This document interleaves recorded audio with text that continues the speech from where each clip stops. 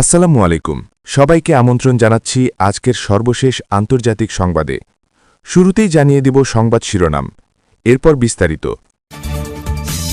ইরানকে বিশ্বের মানচিত্র থেকে মুছে ফেলার জন্য নতুন করে পরিকল্পনা করছে ট্রাম্প নেতানিয়াহু।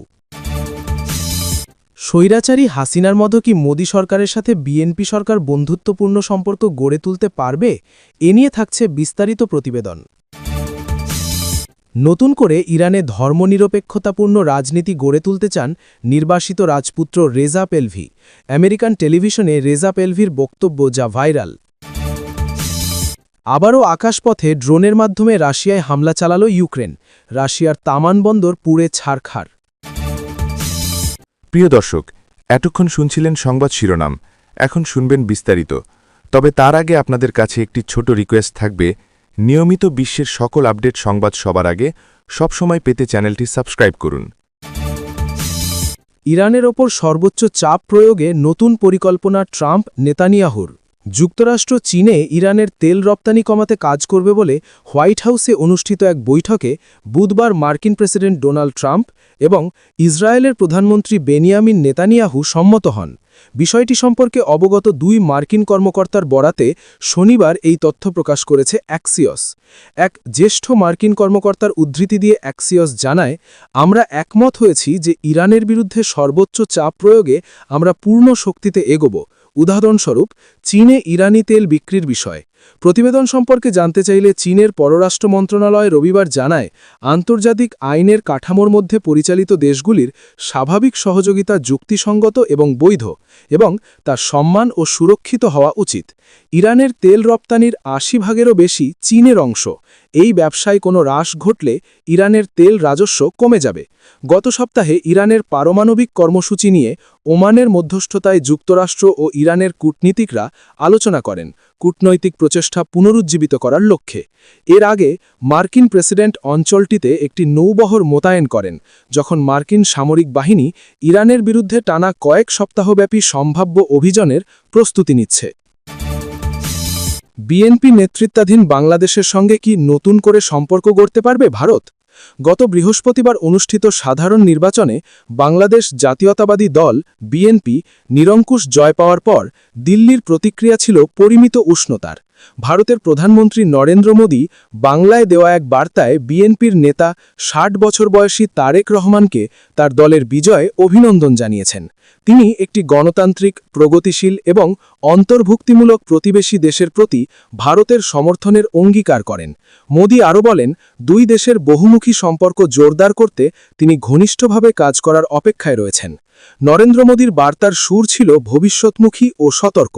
২০২৪ সালের জুলাইয়ে জেনারেশন জেড জেন জি নেতৃত্বাধীন গণ অভ্যুত্থানের পর শেখ হাসিনা ভারতে পালিয়ে যাওয়ার পর থেকে দুই প্রতিবেশীর মধ্যে সম্পর্কের অবনতি ঘটে এবং উভয় পক্ষেই অবিশ্বাস জোরালো হয়।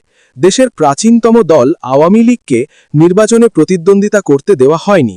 অনেক বাংলাদেশি মনে করেন, ক্ষমতায় থাকাকালে ক্রমাগত কর্তৃত্ববাদী হয়ে ওঠা হাসিনাকে দিল্লির সমর্থন দেওয়ার কারণেই সম্পর্ক এই পর্যায়ে পৌঁছেছে।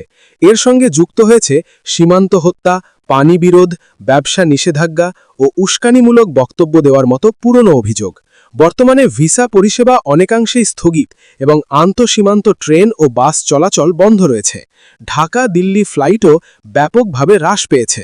দিল্লির জন্য এখন প্রশ্নটি বিএনপি সরকারের সঙ্গে সম্পর্ক রাখা নিয়ে নয়, বরং প্রশ্ন হল কিভাবে রাখা হবে।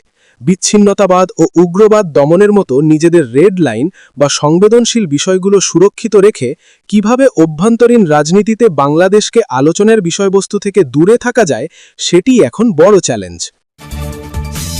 ইরানে ধর্মনিরপেক্ষ গণতান্ত্রিক রূপান্তরে নেতৃত্ব দিতে আমি প্রস্তুত, রেজা পাহলাভি। ইরানের ক্ষমতাচ্যুত শেষ শাহের নির্বাসিত ছেলে রেজা পাহলাভি বলেন, তিনি দেশটিতে একটি ধর্মনিরপেক্ষ গণতান্ত্রিক ভবিষ্যৎ গড়ে তুলতে নেতৃত্ব দিতে প্রস্তুত আছেন। ইরানে ক্ষমতার পরিবর্তন হওয়াটাই সবচেয়ে ভালো উপায় বলে মার্কিন প্রেসিডেন্ট ডোনাল্ড ট্রাম্পের মন্তব্যের পর গতকাল শনিবার জার্মানির মিউনিখে একটি সমাবেশে কথা বলেন তিনি। ইরানের সঙ্গে উত্তেজনা কমাতে দেশটির সরকারের সঙ্গে কূটনৈতিক আলোচনা চালিয়ে যাচ্ছে যুক্তরাষ্ট্র। গতকাল সুইজারল্যান্ড বলেছে, আলোচনায় মধ্যস্থতাকারী হিসেবে ওমান সরকার আগামী সপ্তাহে জেনেভায় নতুন দফা বৈঠকের আয়োজন করবে। আর এরই মধ্যে রেজা পাহলাভি ইরানের নেতৃত্ব দেওয়ার আগ্রহ প্রকাশ করেন। রেজা পাহলাভি ১৯৭৯ সালে ইসলামী বিপ্লবের আগে ইরান ছেড়েছিলেন, তারপর আর দেশে ফেরেননি। তিনি এখন যুক্তরাষ্ট্রে বসবাস করেন। গতকাল মিউনিখে প্রায় ২ লক্ষ সমর্থকের সামনে বক্তব্য দেন রেজা পাহলাভি। তিনি বলেন, একটি ধর্মনিরপেক্ষ গণতান্ত্রিক ভবিষ্যতে পাড়ি দেওয়ার নিশ্চয়তা দিতে আমি এখানে এসেছি। রেজা পাহলাভি আরও বলেন, আপনাদের জন্য রূপান্তরের নেতা হিসেবে ভূমিকা রাখতে আমি কমিট করছি, যেন একদিন আমরা ব্যালট বাক্সের মাধ্যমে গণতান্ত্রিক ও স্বচ্ছ প্রক্রিয়ায় আমাদের দেশের ভাগ্য চূড়ান্তভাবে নির্ধারণ করার সুযোগ পাই। ইউক্রেনের ড্রোন হামলায় ক্ষতিগ্রস্ত রাশিয়ার তামান বন্দর। ইউক্রেনের ড্রোন হামলায় রাশিয়ার কৃষ্ণ সাগরীয় তামান বন্দর ক্ষতিগ্রস্ত হয়েছে বলে জানিয়েছেন ক্রাসনোদার অঞ্চলের গভর্নর ভেনিয়ামিন কন্ড্রাতিয়েভ। এ ঘটনায় অন্তত ২ জন আহত হয়েছেন।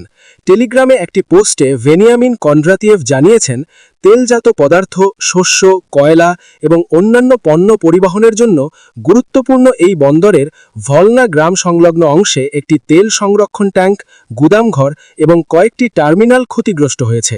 গভর্নরের তথ্য অনুযায়ী বন্দরে সৃষ্ট একাধিক আগুন নিয়ন্ত্রণে আনতে ১০০ জনেরও বেশি কর্মী কাজ করছেন। এছাড়াও পৃথক হামলার ঘটনা ঘটেছে রিসোর্ট শহর সোচিতে এবং সমুদ্র তীরবর্তী আনাপা শহরের কাছে ইউরোপা গ্রামেও আঘাত হানা হয়েছে, তবে সেখানে ক্ষতিগ্রস্তের পরিমাণ তুলনামূলকভাবে কম হয়েছে বলে জানিয়েছে কর্তৃপক্ষ। সম্প্রতি যুক্তরাষ্ট্রের মধ্যস্থতায় জ্বালানি কাঠামোতে হামলা স্থগিতের সমঝোতা ছিল, তবে তার মেয়াদ শেষ হওয়ার পর ইউক্রেন আবারও রাশিয়ার জ্বালানি সংস্থাগুলিতে হামলা জোরদার করেছে। অন্যদিকে রাশিয়াও ইউক্রেনের জ্বালানি ও ইউটিলিটি কাঠামো লক্ষ্য করে ধারাবাহিক হামলা চালিয়ে যাচ্ছে, যার ফলে তীব্র শীতের মধ্যে বহু মানুষ বিদ্যুৎ ও তাপ সরবরাহ থেকে বঞ্চিত হয়েছে। রাশিয়ার শিল্প সংশ্লিষ্ট সূত্রে রয়টার্স জানিয়েছে, গত বছর তামান বন্দর দিয়ে প্রায় ৪.১৬ মিলিয়ন মেট্রিক টন জ্বালানি পদার্থ রপ্তানি করা হয়েছিল। প্রিয় দর্শক, এতক্ষণ শুনছিলেন বিশ্বের সর্বশেষ গুরুত্বপূর্ণ আপডেট সংবাদ। ভিডিওটি ভালো লাগলে একটি লাইক করুন, কমেন্ট করে জানান আপনার মতামত, শেয়ার করে আপনার বন্ধুদের মাঝে ছড়িয়ে দিন। নিয়মিত আমাদের এই চ্যানেল থেকে বিশ্বের সকল আপডেট সংবাদ সবার আগে সবসময় পেতে চ্যানেলটি সাবস্ক্রাইব করে আমাদের সাথেই থাকবেন।